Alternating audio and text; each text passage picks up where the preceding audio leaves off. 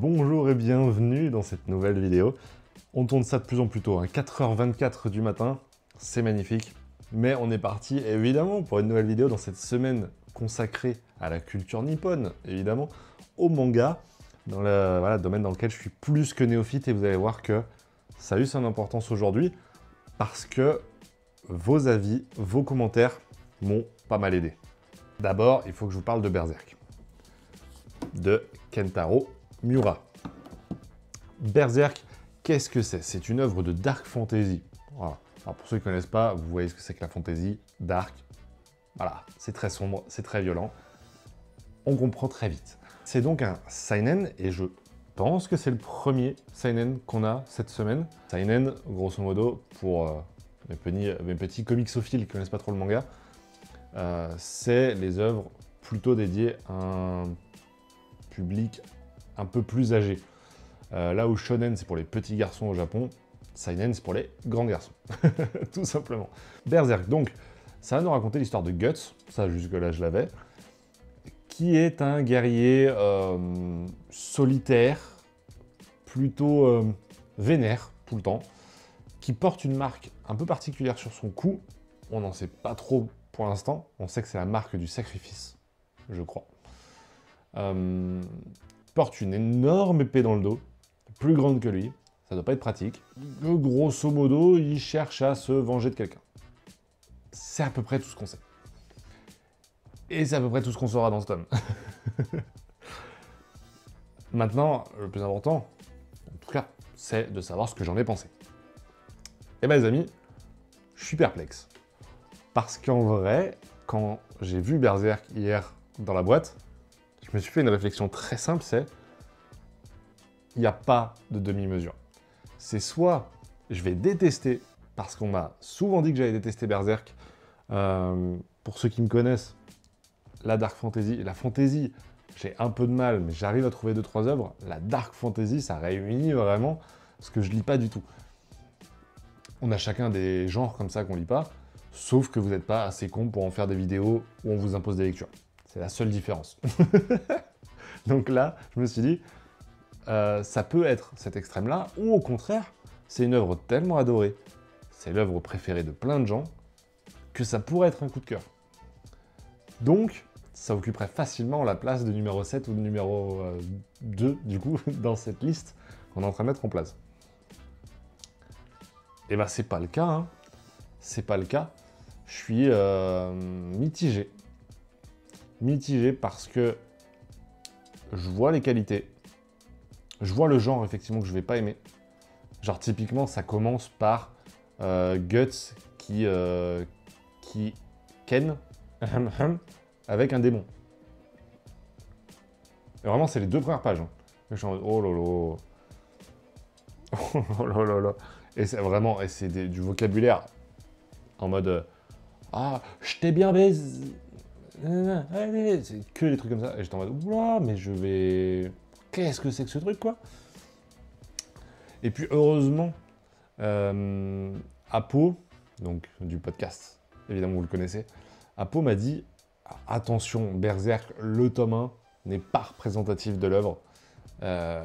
Ça fait partie de ces œuvres où il faut aller un peu plus loin, même à partir du tome 2, apparemment, il y a un arc qui commence qui est très sympa. Là, le premier, c'est un peu pour poser le ton, et pas trop pour poser les enjeux, etc. Donc, ça m'a un peu rassuré parce que ce qui m'a vraiment dérangé, effectivement, c'est ça, c'est cette gratuité, en fait. Donc, si derrière il y a des enjeux, ça sera moins gratuit et du coup, ça me gênera beaucoup moins.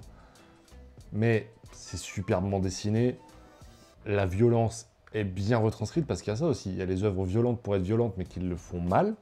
Et puis il y a les œuvres violentes qui en font véritablement la principale qualité de l'œuvre. Et là, sur ce tome 1, c'est un peu le cas. Donc, effectivement, je suis mitigé sur cette œuvre. Je crois qu'on est déjà foutu dans notre classement parce que je sais pas si ça va aller en 2 ou 3 ou 4 pour moi. Et du coup, effectivement, je suis un peu dubitatif parce que je peux pas vous en faire une vraie critique constructive dans le sens où, dans ce tome 1, il n'y a pas grand-chose. à dire, en vérité. Il n'y a pas grand-chose à dire d'autre que ce que je vous avais dit avant, c'est-à-dire c'est violent, c'est vulgaire, pas dans le sens négatif du terme, hein, si jamais il y a un sens positif. Mais ouais, voilà, c'est un peu mon ressenti après ce tome 1 de Berserk. Je m'attendais à ce que ce soit plus extrême dans mon avis, et finalement, bon, je suis quelqu'un de mitigé, qu'est-ce que vous voulez que je vous dise? Je suis de ce genre-là. Non, voilà, je suis un peu comme ça. J'attends vos avis vraiment dans les commentaires. C'est pour ça que je vous disais que vous avez une importance.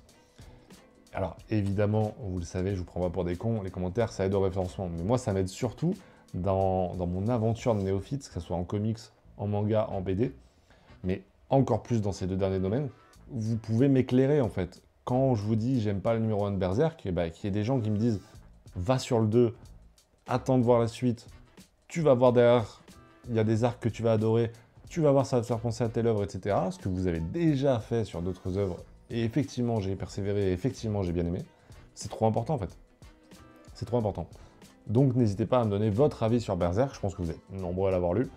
Donc ça me ferait plaisir de savoir, est-ce que vous pensez, vous qui me connaissez maintenant depuis presque 5 ans, est-ce que vous pensez qu'il faut que je persévère et que je pourrais aimer, sachant que, vous me l'avez dit, je l'ai vu, effectivement, il y a une œuvre, il y a une édition un peu plus prestige qui sort mois prochain, je crois. Donc, en vrai, pourquoi pas tenter le numéro 1 de cette édition-là pour avoir le 2 réuni dedans, pour être l'occasion de me lancer dedans.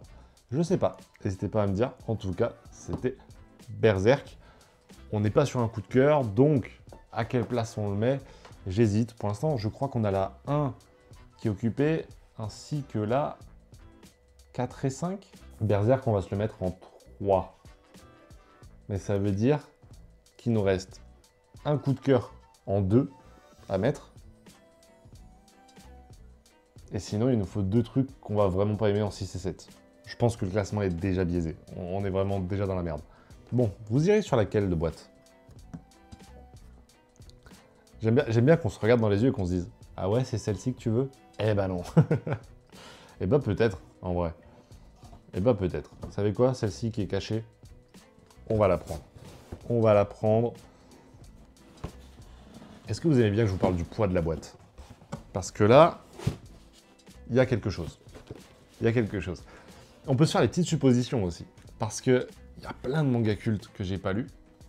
Et peut-être qu'on peut essayer de deviner ce qu'il y a dans cette boîte ou dans les prochaines. Moi, par exemple, je pensais à Vagabond. Vagabond, qui est une œuvre ultra culte. Et je ne sais pas du tout de quoi ça parle. Donc ça pourrait aller dedans. Akira, évidemment. Des œuvres comme Quartier Lointain, Amer Béton. Ce genre d'œuvre plus one-shot, mais qui pourrait marcher. Ping Pong aussi, pour rester dans le même thème que... Enfin, même auteur qu'Amer Béton. Pour être des œuvres cool. Est-ce qu'on est dans ça?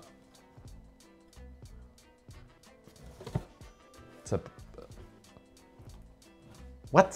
Ah oui, c'est Slump. Alors, Slump de Akira Toriyama, si je dis pas de bêtises. Tout à fait, Slump, Dr Slump, pardon, de Akira Toriyama, donc l'auteur de Dragon Ball. Incroyable, trop bien. Je me suis toujours demandé de quoi ça parlait.